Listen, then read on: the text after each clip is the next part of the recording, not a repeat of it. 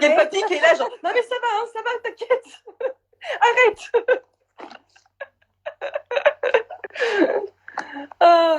Faudrait que ça soit un peu comédie musicale DNA par moment, quoi.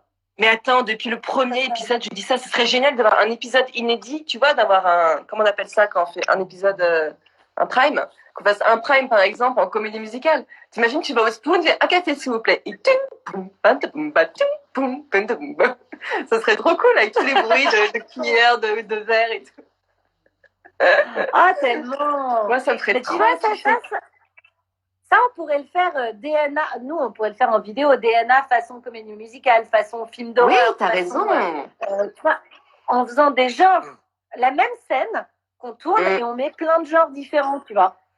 Et ok, c'est parti. Allez, moi, en plus, quand elle me lance un défi, parce qu'elle a souvent genre. C'est qu'à chaque fois, je te lance des nouvelles vidéos. Je me lève à. Moi, je me lève à 7h du matin et à 8h, je fais c'est dans tes mails.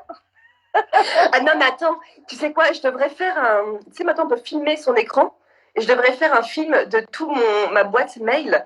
Non, mais je suis saturée de tes mails. Je dois avoir au moins 200 mails. Je défile tous mes trucs, c'est Juliette. Je me lève le matin, j'ai 10 mails de toi. C'est pour ça qu'ils te demandent, oui, j'ai ma bouillotte. Je la mets sur sa bouillotte. Mais dès que je fais une correction, ça te l'envoie, ouais. Mais ça, c'est une très bonne idée. Et en plus, Maël, il sait chanter, il sait slammer. Toi, nous, ça va, on se débrouille. Attends, faire la même scène avec des genres différents, ça vous plairait? Et franchement, ça serait cool, mais le problème, c'est qu'il faudrait un environnement quand même, tu vois, particulier. Je sais pas si en confinement, on pourrait le faire.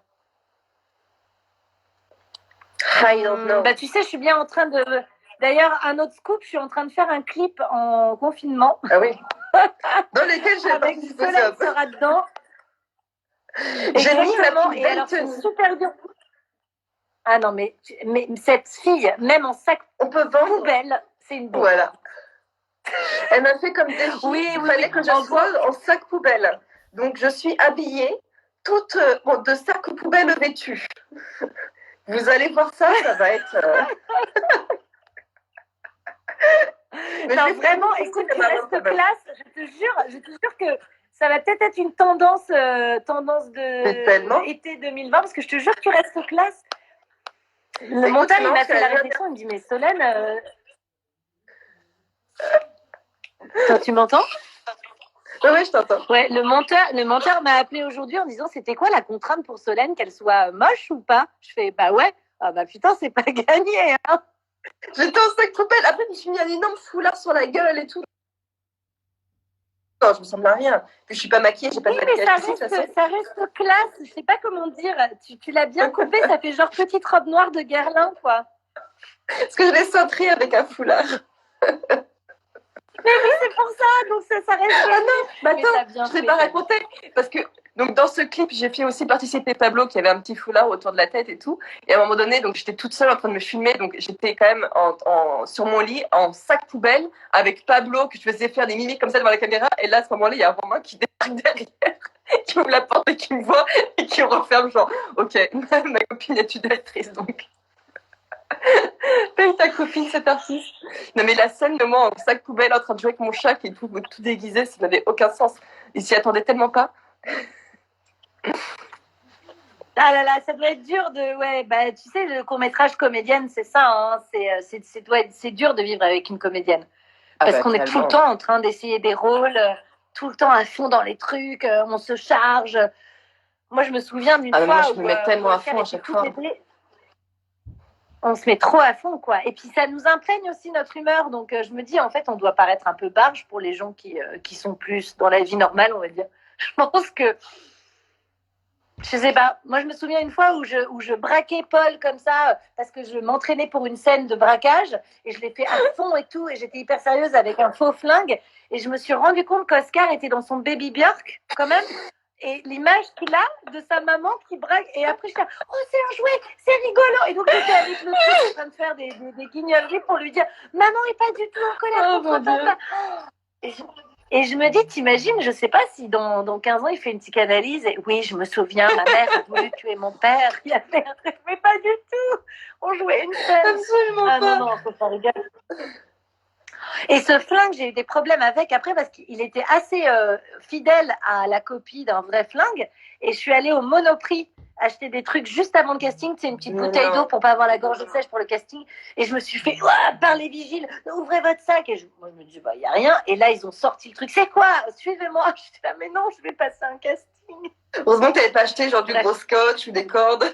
Le truc qui aggrave ton cas. Mais ouais. Et puis surtout, tu sais, tu oublies quand t'as rien à te reprocher, tu vois, tu te dis pas, mince, j'ai un flingue. Non, je l'ai mis, c'est nos accessoires de. Enfin voilà, en casting, sachez qu'on vient souvent avec des accessoires de jeu, avec des petits déguisements, des petits costumes, quoi. Enfin bon. Oui, donc ce clip, et donc ce qui est hyper dur, ma sœur, j'espère que ça va vous plaire parce que c'est pas moi qui ai composé la musique, et du coup, je donne des indications à quelqu'un qui est à l'autre bout de la France. Et en fait, c'est super difficile, quoi. Donc, comme en plus, je voulais absolument un truc qui ressemblait à Philippe Catherine, mais que, voilà, c'était dans l'idée, et puis je lui ai fait une mélodie, mais que, voilà, lui, il a son idée, j'avais tellement peur que ça colle pas. Et là, ça commence à prendre forme, avec les chœurs, avec les voix qu'il a rajoutées, et puis le montage, ça va être juste... c'est très second degré, hein. Vous attendez pas à un truc poignant comme ce qu'a fait Maëlle, hein. Ah oui, non. C'est en gros, c'est partir d'un délire genre parce qu'en confinement, bah, parfois on lâche un peu la rampe et on n'est pas toujours sur notre 31 et on a sorti souvent mal les couleurs et on est plus en t-shirt troué qu'en petit talon stylé et donc je suis partie de là pour écrire cette chanson. Voilà. Et il y a ma sœur dedans qui est trop bien. Oui, toujours en fait. Je suis toujours la squatteuse. Tu fais un live, je squatte à la fin. Tu fais un clip, je squatte dedans. Ah ben, hier, t'as entendu que Paul disait... T'as suivi le live d'hier ou pas? Non, j'ai pas pu. J'étais busy. Il était là. Bon, alors, en fait, il y avait une question, c'est comment vis-tu la complicité entre Solène et Juliette? Oh non. Il a dit quoi? Il a dit, même mes Noëls en famille, elle me les squatte. Elle est là tout le temps. Non, il a dit que... Je suis très présente aussi avec Oscar, donc l'un dans l'autre, il peut rien faire avec moi, là. En vrai, il est hyper content que je me sois trouvé une sœur et tout, machin. Il a juste dit, bon, faut savoir qu'elle est très, très proche de nous. C'est-à-dire que même Noël, c'est avec elle, avec ses yeux comme ça. J'étais là, oui, c'est vrai. C'est vrai qu'on a fêté Noël ensemble, en famille, avec tes parents. Ouais. Et les... Combien? 30 ans de mariage? Non. 40 ans de mariage. 40 ans de mariage de mes parents cet été. Waouh. Ça envoie du pâté. Ouais, on en a fait plein. Mais il y en aura plein d'autres. Alors, les gens t'adorent et moi, je pue le pâté. Mais toi, ils te voient tous les soirs. Écoute, moi, ça a l'air de fonctionner en tout cas. Moi, je suis pas floue. C'est super. Non, c'est super. C'est cool. Tu vas pouvoir. Comme ça, c'est bien que je pourrais refaire des lives. Ouais.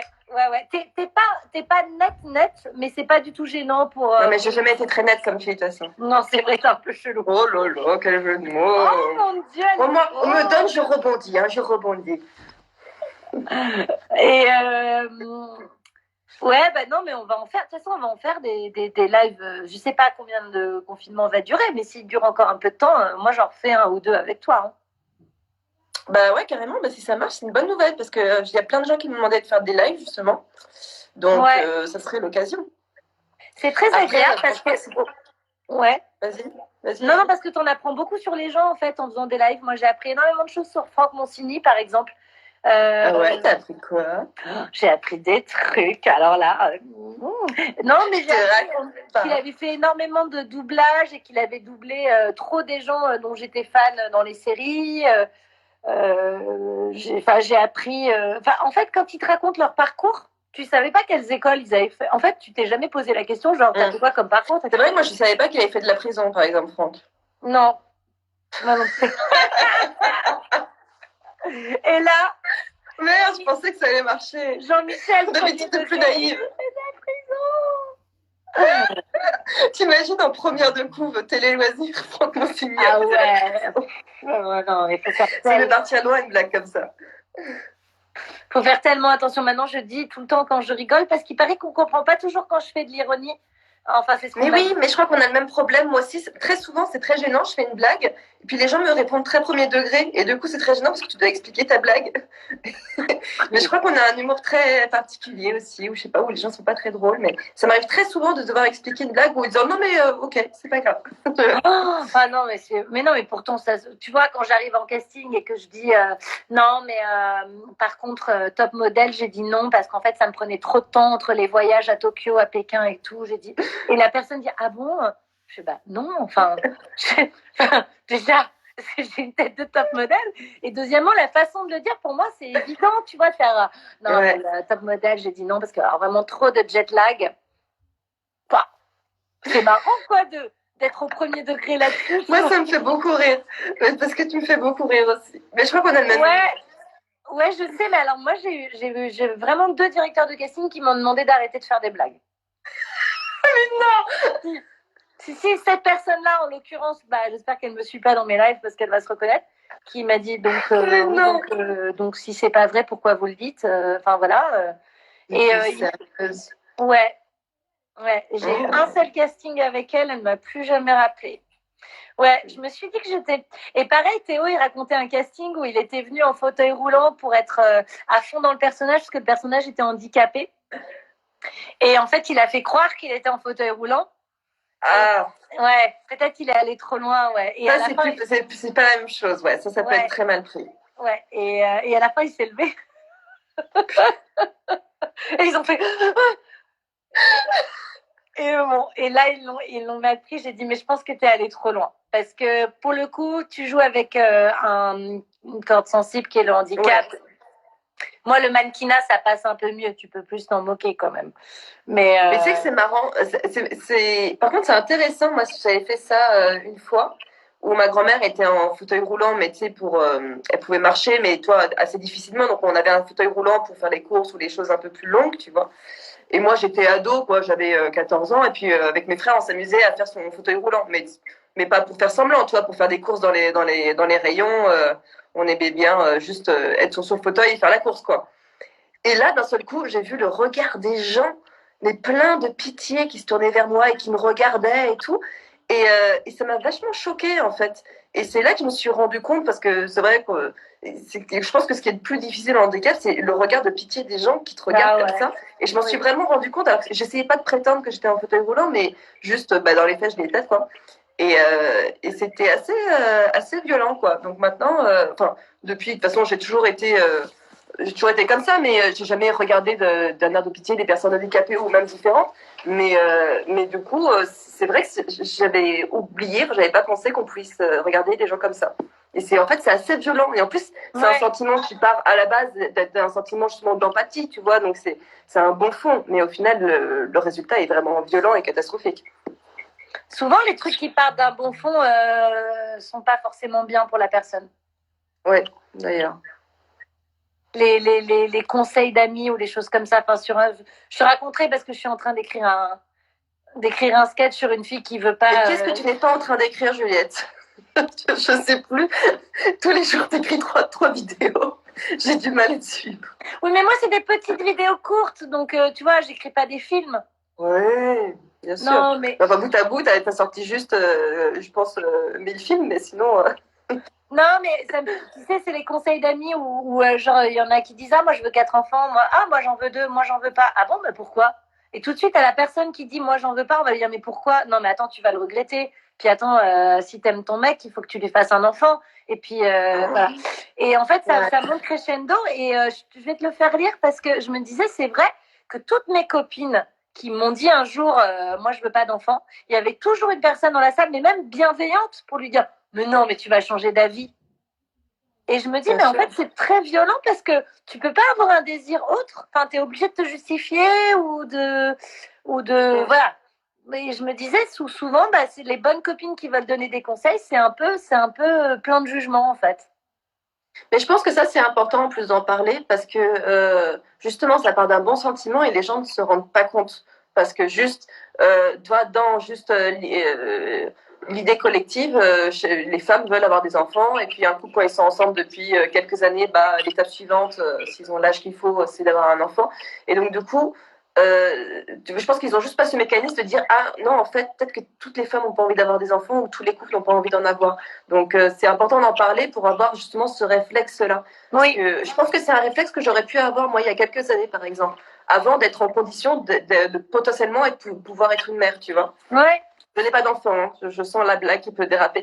Et juste en étant en âge de potentiellement pouvoir être maman, je me suis rendu compte de ça, ce que j'avais pas imaginé par exemple quand j'étais ado. Oui, parce qu'on est dans une société qui nous amène à ça. Depuis toute petite, on nous met des poupées, on joue à la maman, à la dinette, et on nous dit quand tu seras mère. On dit pas si tu vas être mère, on dit quand tu seras mère. Quand tu seras maman, tu verras. Comme si c'était une obligation pour toutes les femmes, alors que ça peut aussi être un choix. Et c'est notre droit de voilà. C'est ton choix. C'est ton choix. Et c'est ton droit. On ne te juge pas. Et tu sais quoi, j'ai réussi à en faire une comédie, alors que c'est un peu. T'arrives toujours à en faire une comédie. Il y a des sujets. Là, on m'a demandé d'écrire sur les violences obstétricales, donc le gynéco, les violences. Ouais, c'est un peu plus chaud. Et là, j'ai essayé de faire des blagues, mais mais c'est vrai que je me suis rendu compte en écrivant, quand on me commande un sujet, au début, je me dis, oh, ça va, le gynéco, il n'y a pas de. Et après, je me remémore des moments chez le gynéco et je me dis, oh, mais c'est vrai que parfois, ils ne te demandent pas avant de t'introduire le truc glacé, là, pour faire. Ah, mais c'est l'enfer. Et moi, je vis très, très mal ce moment-là. J'avais l'impression d'être la seule parce que ça paraît normal, en fait, pour tout le monde. Et à chaque fois, je me dis, mais c'est pas possible, quoi. On est dans une situation quand même très particulière.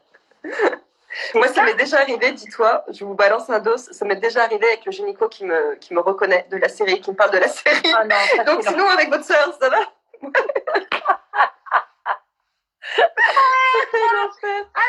Oh non! Je te jure, t'es là, les jambes écartées sur le truc avec le mec qui t'enfonce au machin, qui te parle. Oh non! T'es allée à 7? J'aime beaucoup ce que vous faites. T'es allée à 7 ou pas? Ah ouais! Oh non, cela dit, il était très, très, très gentil. Il était très gentil et en plus, il m'avait accepté genre en urgence et tout, donc il était adorable. Mais c'est vrai que c'était très drôle comme situation. Mais moi, je pense que je ferais semblant de pas t'avoir reconnu, tu vois, pour pas te gêner, pour pas te mettre mal à l'aise, tu vois, je ferais genre. Bon, en tout cas, pas quand j'ai la tête entre les jambes. À la limite, je le fais après dans l'ordonnance, tu sais, quand je sais pas. Ah non, c'est dur. Moi, la mienne, je peux te la recommander. Je suis sûre qu'elle regarde pas la télé. Je pense qu'elle n'a jamais acheté un écran de télé. C'est vraiment Miss littéraire, bouquin, Victor Hugo, machin. Donc, elle, je la recommanderais, à mon avis, à tous les copains qui n'ont pas envie de Mais, tous les gens de la télé. Mais non, mais tu vois, c'était comme cette gynéco qui m'avait dit, oui, votre fils, il a été conçu entre telle date et telle date. Et je lui avais dit, non, à côté de mon mec. Non, c'est pas possible parce qu'il n'était pas là, il était en tournée, premier appel de pied. Non, ça se trompe pas, c'est forcément entre le 1 et le 4. Non, mais ça doit être le 31. Quelle saloperie. Ah bah, je vous laisse voir ça entre vous. Et ça, je l'ai mis dans mon sketch. Je l'ai rajouté parce que je me dis, quelle indélicatesse que de pas voir que c'est gênant et que potentiellement, peut-être qu'il y a malaise. Ah bah totalement, oui. Non, mais surtout que c'est tellement méchant, c'est-à-dire qu'elle a vraiment un pouvoir sur toi et en plus un pouvoir destructeur et qu'elle utilise à malestion parce qu'en plus elle avait tort, donc c'est vraiment la pire forme humaine. Mais il y a un côté peut-être médical, tu sais, côté froid, science, ça ne se trompe pas. Bah non, mais là elle te dit clairement en face de toi et ton mec, genre votre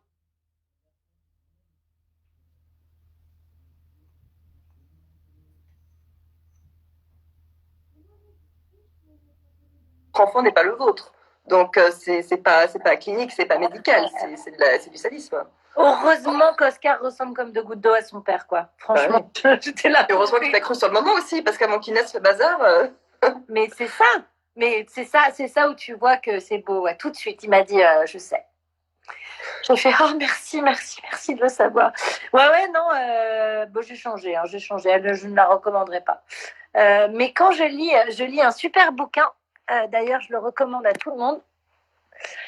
Alors, attendez, je vais vous faire mes petites lectures. Donc, il y a Mona Chollet, Beauté fatale. Ça, je vous en avais parlé grâce à Mathieu Alexandre. Et donc, je lis le livre noir de la gynécologie. Eh bien. Et alors, je peux vous dire que mes histoires à côté sont rigolotes. Parce que là, elles, ce qu'elles ont vécu, je pensais même pas. Je l'aurais vu dans un film, j'aurais fait non. Bon, Tu j'exagère. sais qu'il y avait une histoire comme ça d'un gynéco. Alors, je sais plus c'était quoi l'histoire exactement, mais je crois que sur vraiment des centaines et des centaines de femmes, il avait gravé ses initiales à l'intérieur du vagin, tu sais, en intervention chirurgicale. Ah, T'imagines? Et je sais pas comment une fille a réussi à faire ça. Et du coup, ils ont remonté et il y a eu un procès, mais il avait fait ça sur des centaines et des centaines de femmes. T'imagines le mec, le mégalo, quoi, qui scarifie les femmes en mettant ses initiales. Le mec est taré. on applaudit, il y a les applauses. Les gens applaudissent, il est 20h. Oui, bravo! Bravo! Bon, moi, Moi, j'ai que des il n'y a arbres. rien autour de moi, mais Moi non plus, il n'y a que des arbres. je vais applaudir les oliviers. Bravo les Attends, plantes. bien, Ouais, c'est ça.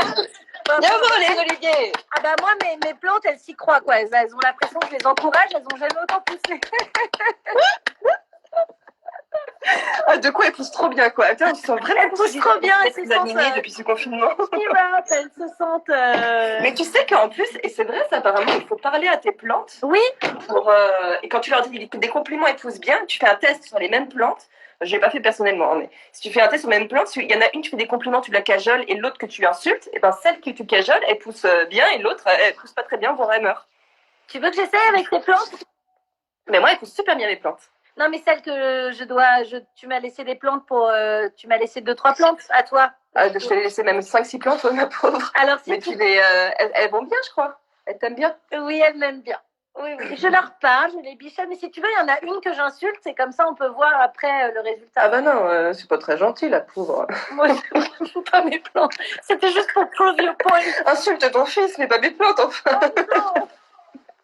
Chouchou. Mon chou, qu'est-ce qu'il manque lui aussi? Ouais, on va faire un gâteau là dans 5 minutes pour son anniversaire de demain. Oh, gâteau d'amour. Enfin, ils vont faire un gâteau et moi je vais applaudir. Ah bah oui, bah oui, j'imagine, c'est pas toi qui vas faire le gâteau. Ce serait pas un beau cadeau, ça. Et mais peut-être que tu pourrais en profiter pour ce confinement de faire la cuisine, d'apprendre la cuisine. Non, en vrai Paul m'a beaucoup chambré là-dessus hier. Il a été odieux sur mes talents de cuisinière, franchement, en disant que mon poulet au vinaigre était dégueulasse. Mais poulet au vinaigre, mais pourquoi tu te lances dans des trucs compliqués aussi? Fais des trucs simples. Non, en fait, c'était ma spécialité. Il m'a chambré sur mon poulet banane coca. Franchement, je comprends pas. Tu sais, c'est marrant, les gens qui cuisinent le moins bien, en général, ils font toujours des trucs hyper compliqués. Tu sais pas pourquoi. C'est parce que c'est une spécialité londonienne et comme j'ai vécu à Londres, quand j'ai rencontré Paul, on commençait à sortir ensemble et je lui disais, moi j'ai une spécialité, je suis trop forte, je fais super bien le poulet au vinaigre. Et lui, comme il était amoureux de moi, il n'osait pas me dire au départ, parce qu'il voulait me pécho, que c'était pas bon. Donc pendant genre 6 mois, je lui disais mon poulet au vinaigre et moi je faisais, c'est super bon et moi j'adorais ça. Et lui, il allait recracher. Il m'a dit un jour, il faudrait que je lui dise. Et il a attendu le fait, qu'on soit bien ensemble et que ça casse pas notre relation pour me dire, c'est vraiment dégueulasse. Arrête. C'est trop. Mais remarque, c'est famille parce que un truc trop mignon, par exemple, Oscar, quand il aime pas tes plats, il dit pareil. Il dit, oh maman, c'est super bon. Et dès qu'elle est tournée, il va recracher le truc. Ah bah toujours. T'as quand même le fils le plus adorable du monde. Ouais, bah c'est ça. Non, mais en fait, voilà. Et donc, ce que je voulais dire, c'est que pendant ce confinement, déjà, donc, je passe l'aspirateur, je nettoie, je passe la serpillière et je cuisine. Voilà. C'est bien. Une vraie petite femme d'intérieur. Non, mais c'est vrai. Non, mais tu vois, je fais des tiens, je prends des initiatives. Tu vois, je fais des trucs, des petites sauces de salade. Ça reste basique, tu vois, mais bon. C'est trop mignonne. C'est-à-dire que quand je vais revenir, tu vas pouvoir me faire à manger? Écoute, oui, mais par contre, je ne peux pas garantir que ce soit bon. J'espère. Alors moi, pendant ce confinement, alors tiens, je peux vous lancer un défi, la commu. Moi, depuis ce confinement, donc depuis, ça fait quoi, 3 semaines maintenant qu'on est en confinement? Environ. Presque un mois, non? Un mois, non?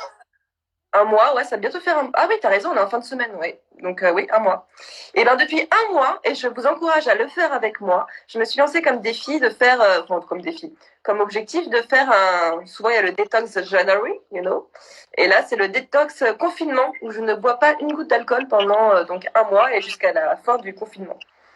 Et en même temps, tous les apéros que je suis en train de prévoir à la fin du confinement, je pense que Il faut mieux faire 1 mois et demi, 2 mois de pause avant de m'imbiber de nouveau. Alors moi, c'est l'inverse. Je me suis mis à boire pendant le confinement. Voilà. Enfin, plus. Ça me détend. En fait, j'avais beaucoup de stress. Ouais, au début, je me suis dit, j'avais beaucoup d'appréhension, de peur et tout ça. Et puis, la situation me faisait vraiment flipper pour mes parents, pour ma famille, pour les gens autour et tout ça. Que je me suis mise à picoler. Je me disais, c'est cool, comme ça, j'oublie un peu le soir. Et puis, j'ai gardé le rythme. Non, je suis pas. Non. Je suis à 2 verres de rouge par soir, mais je bois seule, quoi. Ah oui, mais parce que Paul, il boit pas aussi, c'est normal. Je serais là. Non, c'est. Ouais. Non, mais je serais avec toi, j'aurais pas pu le faire. Là, je peux le faire parce que j'ai pas le côté social, apéro et compagnie, quoi. Mais oui, après, en fait, je pense que ça va être marrant parce qu'il va y avoir des résultats très précis sur chacun, je pense, à la fin du confinement. Entre ceux qui passent leur temps à bouffer ou ceux, au contraire, qui se lancent dans un régime parce qu'ils n'ont pas tout le côté festif, donc ils se font un régime hyper carré. Ceux qui font du sport à balle ou ceux qui font canapé tout le temps, ceux qui arrêtent de boire ou ceux qui boivent beaucoup. Toi, je pense qu'on devient tous extrêmes dans un pôle. Puis on choisit à chaque fois son pôle, quoi. Mais toi, tu as choisi ton pôle. Mais je pense que ça va être assez beau, les résultats. Moi, ce qui va me faire rire, c'est les faux raccords. C'est-à-dire que quand on va reprendre la série, il y en a qui ont super bronzé, d'autres pas du tout, d'autres qui seront vraiment plus empâtés, d'autres tout fins. Je sais pas si tu as vu la Ariane, comme elle est fine. C'est hallucinant. Elle est en train de perdre je sais pas combien de kilos. C'est ça, Ariane. Ah, bah c'est cool. Oui, mais si c'est... Non, mais c'est vraiment... Mais en fait... Raccord. Bah oui, mais après, de toute façon, sur DNA, en vrai, les raccords, ils passent un peu à la trappe. Et donc, attends, je suis en train de lire en même temps les trucs. Il me dit que je bug. Tu bugs là, tu commences à bugger un petit peu. Ah, donc 20h, c'est pas mon heure. Oui, bon, de toute façon, sur DNA, les raccords. Mais en fait, moi, j'avais pas pensé à un truc aussi, c'est Marion qui m'en a parlé. C'est que là, on a enregistré déjà toute une arche, qu'on n'a pas mis en diffusion parce qu'on finissait une arche et qu'on n'aurait pas pu continuer, donc pour pas arrêter, couper en plein milieu, sinon on nous aurait vraiment, vraiment tués. Mais du coup, il y a plein de trucs. Tu vois, on enregistre tout hyper raccord, par exemple pour Pâques, le muguet, etc., quoi. Le poisson d'avril, tout ça. Ça, on met à chaque fois dans les épisodes. Donc, je sais pas comment ils vont faire, s'ils peuvent supprimer ou si on joue le parti pris de fuck. Je sais pas. Ça, on verra. Ouais. C'est sûr. Tout va être décalé. On va fêter Noël en février. Non, je sais pas du tout. Ça sera la surprise. Oui. Voilà mes petits choux. Bon, écoutez, c'était. Alors, vous avez eu 2 lives pour le prix d'un. Donc, du coup, demain, est-ce que j'ai le droit à un jour off? Oui, tu as le droit. Moi, je te donne le droit. Bah, attends, c'est énorme ce que tu fais quand même. Petit garçon. Ça prend tellement de temps. Oui, puis c'est l'anniversaire de mon petit chouchou et j'ai envie de rester avec lui toute la journée, etc. Oui. En revanche, je vous propose samedi soir un invité exceptionnel. Et si vous ne le connaissez pas, vous avez 2 jours pour aller voir ce qu'il fait. Il s'appelle Patrick Beau. Il fait une chaîne qui s'appelle Axolot. Donc vous tapez Axolot, A-X-O-L-O-T. Patrick Beau, B-A-U-D. Axolot. Et une autre chaîne, il a 2 chaînes YouTube qui s'appellent La Veillée. La Veillée, c'est un concept où il invite des artistes à raconter une histoire extraordinaire. Pas que des artistes d'ailleurs, des gens à raconter des histoires exceptionnelles sur scène. Et c'est un conteur d'histoires, c'est un puits de culture et de science. Il a écrit 2 BD, 3 livres. Il sait tout sur tout et il s'intéresse aux curiosités du monde. Curiosité touristique, curiosité géographique. Et nous, on va parler de la curiosité de la vie sexuelle des animaux. Voilà. Ouh. Mais attends, mais le nom de sa chaîne, c'est Axolot. Comme l'animal.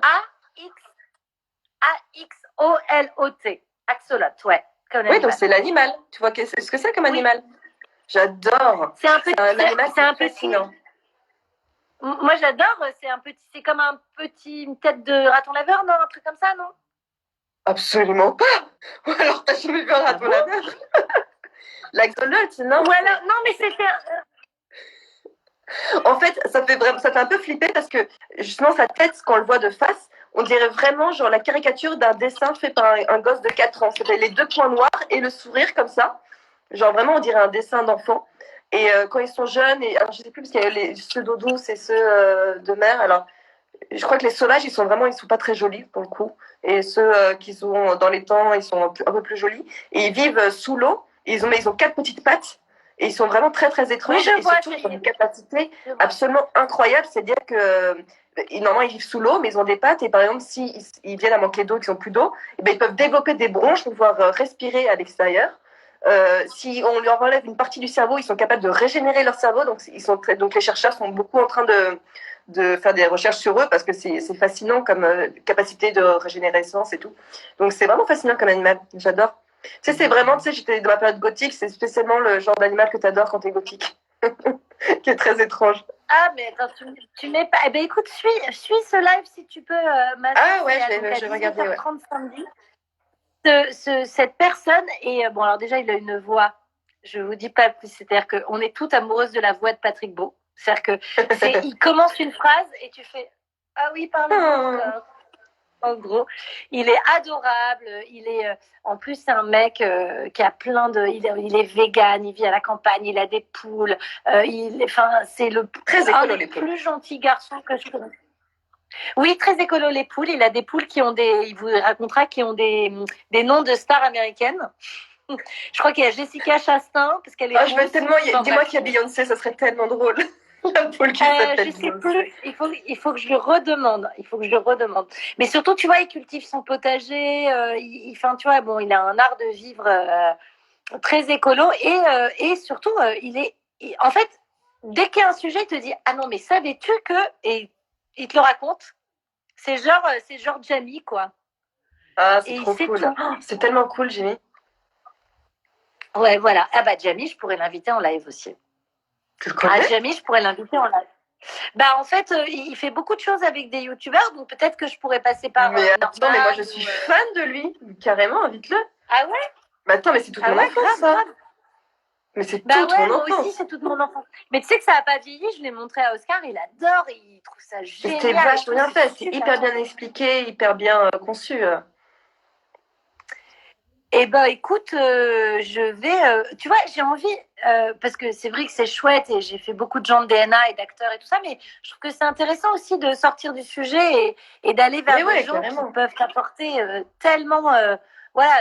En plus, les gens qui écrivent des bouquins, etc., ils sont tellement documentés qu'ils sont experts en la matière. Oh, d'ailleurs. J'y pense, je vais vous mettre, c'est grâce à Patrick Beau, il m'a fait écouter une veillée, c'est-à-dire un de ses volets de ses expériences humaines, sur quelqu'un qui a fait 522 jours confiné. Donc c'est vraiment intéressant en ce moment de l'écouter, ce podcast. Enfin, c'est comme un podcast. 522 jours confinés à 6 dans une navette spatiale pour aller sur Mars. Ah, mais oui, j'ai entendu, oui, j'avais vu ça. Mais il y a longtemps, il y a 3 ans, un truc comme ça, je sais plus quand est-ce que c'était. Je crois qu'Oscar était pas né, je crois que c'était en 2011. Ah ouais, déjà, putain, ça date. Ouais. Et donc c'est tout ce qu'ils ont ressenti pendant ces 522 jours et comment ils ont fait en fait pour à 6 dans une toute petite navette spatiale, hein, c'est d'un 30 mètres carrés, pour ne pas s'entretuer. 522 jours. Et du coup, je trouve que aujourd'hui, ça prend tout son sens que d'écouter ce podcast et de relativiser et d'apprendre sur soi. Et en tout cas, la réponse est que c'est possible parce qu'ils sont partis à 6 et qu'ils sont revenus à 6. Et qu'ils ne se sont pas... Non, mais ils se sont pas entretués et surtout il y a un deuxième truc qui les a sauvés, c'est qu'ils n'avaient pas leur période down en même temps. Du coup, il y avait les autres qui les encourageaient. Et du coup, en fait, ils ont... Comment ? C'est beaucoup. Si, c'est beaucoup, et puis il y avait beaucoup de routines, et puis il y avait beaucoup de repas, toujours les mêmes, etc. Enfin, t'imagines, tu pars 522 jours, quoi. 1 an et demi. Tu pars 1 an et demi, quoi. Plus 1 an et demi. C'est ouf. Il y a des gens, quand même... Voilà, et Florence Porcel aussi, que j'aimerais vous présenter, qui, elle, son but dans la vie, c'est d'aller vivre sur Mars. Ah oui, c'est un bon but. Elle a fait une expérience de simulation de comment serait la vie à bord de la navette spatiale. Et elle a tellement aimé qu'elle elle s'est mise sur liste d'attente pour être une des premières à être envoyée sur Mars. Mais donc, du coup, en restant dans la navette spatiale, quoi. Où ils peuvent créer une sorte de village spatial. Bah, en fait, le truc, c'est que c'est aussi un peu comme un. Enfin, elle le voit pas comme ça, mais c'est un peu comme un suicide parce que tu reviens pas, c'est que un aller. Ah, mais oui, j'avais vu ce truc aussi. Ça, c'est chaud quand même. Ouais. Imagine, tu payes cher ton suicide, quoi. Ouais, mais Mais elle, bon, c'est t'as sa accompli quelque chose dans passion. ta vie d'impressionnant, quoi. Elle le voit comme une expérience transcendante. Bah, Voilà, la dernière ce genre de expérience de sa vie. personne-là. Quoi? T'as dit quoi? Il y a des gens qui disent salut mère et fille. Oh, ça fait bizarre quand vous me dites ça. C'est ma sœur de cœur, c'est ma sœur. C'est ma sœur. Hein? Bon, allez, va voir ton Ma fiston, là. Bah, Faut que il t'ailles joue voir ton fiston. jusqu'à 20h20. Non, non, mais on va nous on se rappelle juste pour 2 secondes et puis on va vous faire un gros bisou et Ouais. vous dire plein de belles choses. Gardez le moral, restez confinés, soyez Force, courage. grands, soyez beaux, lisez, et puis nous on revient très vite samedi soir et puis après je reviendrai lundi avec Linda Hardy qui était là tout à l'heure. Bonjour Linda, gros bisous. Gros bisous. Bisous Sorette. Salut les gens. Bisous.